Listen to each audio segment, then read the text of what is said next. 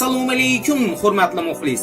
Siz bilan o'zining siz eshitgan va eshitmagan eng kerakli tarixiy ma'lumotlari ila siz sevgan ardog'ingizdagi kanal Turfa olam. Mazkur sondagi roligimiz orqali biz sizning e'tiboringizga Sovet Ittifoqi otasi hisoblanmish Yosif Stalinning murdasini yorib ko'rishda qatnashgan shifokorlar taqdiri bilan bog'liq bo'lgan bir-biridan qiziqarli va hali aytilmagan tarixiy ma'lumotlarni taqdim etamiz. Marhamat, tomosha qiling.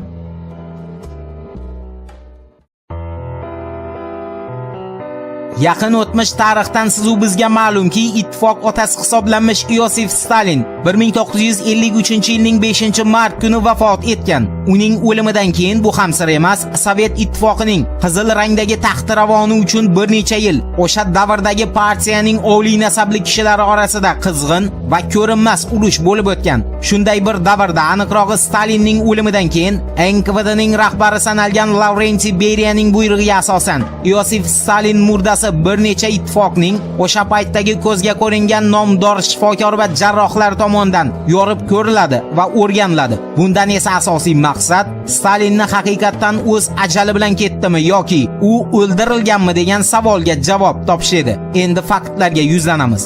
1950-yilning 4-sentyabr kuni Ivanovskaya oblasining Vichuga shahrida tavallud topgan yozuvchi va publitsist Sigizmund Mironinning Stalin qanday zaharlangan kitobida yozishiga ko'ra, Stalinning murdasini yorishda Sovet ittifoqi sog'liqni saqlash vaziri Andrey Tsiritikov, Ivan Kuznetsov, Anatoliy Ivanovich Strukov va avtsillar qatnashgan. Sigizmund Mironin o'z asarida sog'liqni saqlash vaziri hisoblangan Andrey Tsiritikovni Stalinni o'lik tanasi uzra pichoq tortishga botina olmagani sababli bu ishni qilishni u Ivan Kuznetsovga topshirgani haqida yozadi. 1948-yilning 16-oktyabrida Odessada tug'ilgan yana bir yozuvchi Rafael Grugman bo'lsa, o'zining Stalinning o'limi kitobida ittifoq rahbarining murdasini Anatoliy Strukov birinchi bo'lib yorgan deb qayd qiladi. Eng qiziq tomoni shundaki, murdani o'rganish boshlanganda Sigizmund Mironinning ta'kidlashiga qaraganda Stalinning xos soqchilari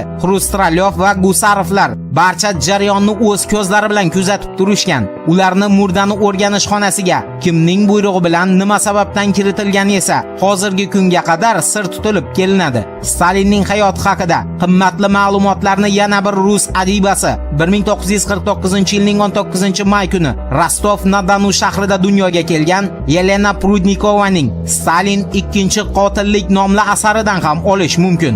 Uning yozishiga ko'ra, Yosif Stalinni murdasini yorib ko'rishayotgan o'sha xonada Stalinga juda yaqin bo'lgan uning yana bir xos soqchisi Vasiliy Tukov ham bo'lgan va u jarrohlarning xulosalarini shu joyga e'tibor berishingizni so'ragan bo'lardik.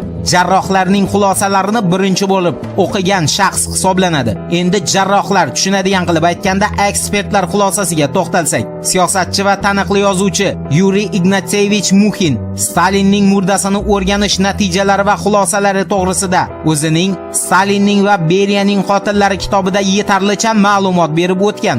Uning yozganlariga ko'ra, o'sha ekspertlar xulosasi umuman tushunib bo'lmas holatda davlat arxividan yo'qolgan. Buning o'rniga faqat o'sha xulosaning eskirgan bir nusxasi topilgan. Undagi yozuvlar esa yozuvchi Yuriy Mukhin kabi sizu bizni ham hayratga soladi. O'sha nusxada 1953-yilning iyul oyi degan sana yozilgan. Bundan kelib chiqadiki, Yosif Stalinning murdasi uning o'limidan 4 oy o'tib o'rganilgan. Shuningdek, yana shunisi hayratlanarliki, Stalinning kasallik tarixi muntazam qayd qilib boriladigan jurnal ham sirli ravishda g'oyib bo'lgan. Xo'sh, buning kimga nima sababdan keragi bo'lgan? Ittifoq rahbari murdasining xulosasiga bag'ishlangan yana bir qimmatli ma'lumotlarni yozuvchi Rudolf Balandin o'zining Stalinning vasiyati kitobi orqali barchaga yetkazgan. O'sha kitobda yozilgan ma'lumotlarga tayanadigan bo'lsak, Yosif Stalin murdasini o'rgangan ekspertlar uning xulosasiga Stalinni oshqozondan qon ketishi oqibatida vafot etgan deb yozishgan. Bu xulosaning shubhali tomoni shundaki, Yosif Stalin to o'limiga qadar hech qachon oshqozonidan o'zining shifokoriga shikoyat qilgan emas. Bundan kelib chiqadiki, u noma'lum zahar orqali zaharlangan bo'lishi mumkin. Endi o'sha Stalin murdasini yorib ko'rishda ishtirok etgan jarroh va ekspertlarning keyingi taqdiri haqida qisqacha ma'lumot beramiz.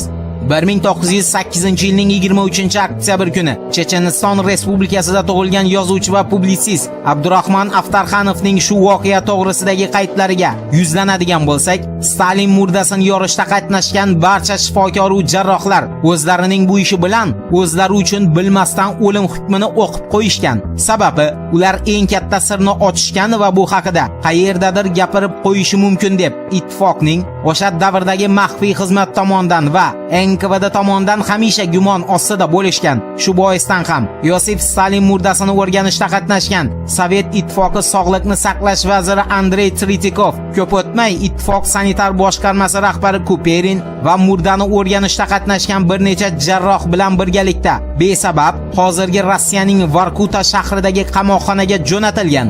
Stalin murdasini o'rganishda xulosa yozgan ekspertlardan biri professor Arseniy Vasilyevich Rusakov bo'lsa, to'satdan vafot etgan. Bundan ma'lum bo'ladiki, yuqorida nomlari tilga olingan shaxslarning barchasi qandaydir juda katta ahamiyatga ega bo'lgan sirdan voqif bo'lishgan. Shu sababdan ham ularning barchasi birin-ketin asta-sekinlik bilan yo'q qilingan yoki tillari ko'rinmas iplar bilan bog'lab tashlangan. Ishonamizki, mavzu orqali siz uchun faqat yangi ma'lumotlar taqdim qila oldik.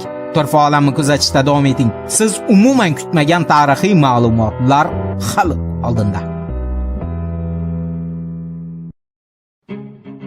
Hurmatli YouTube olamining doimiy kuzatuvchilari, sizni sportning barcha turlari haqidagi bir-birini takrorlamaydigan roliklarni tomosha qilish uchun Sportnik kanaliga taklif etamiz.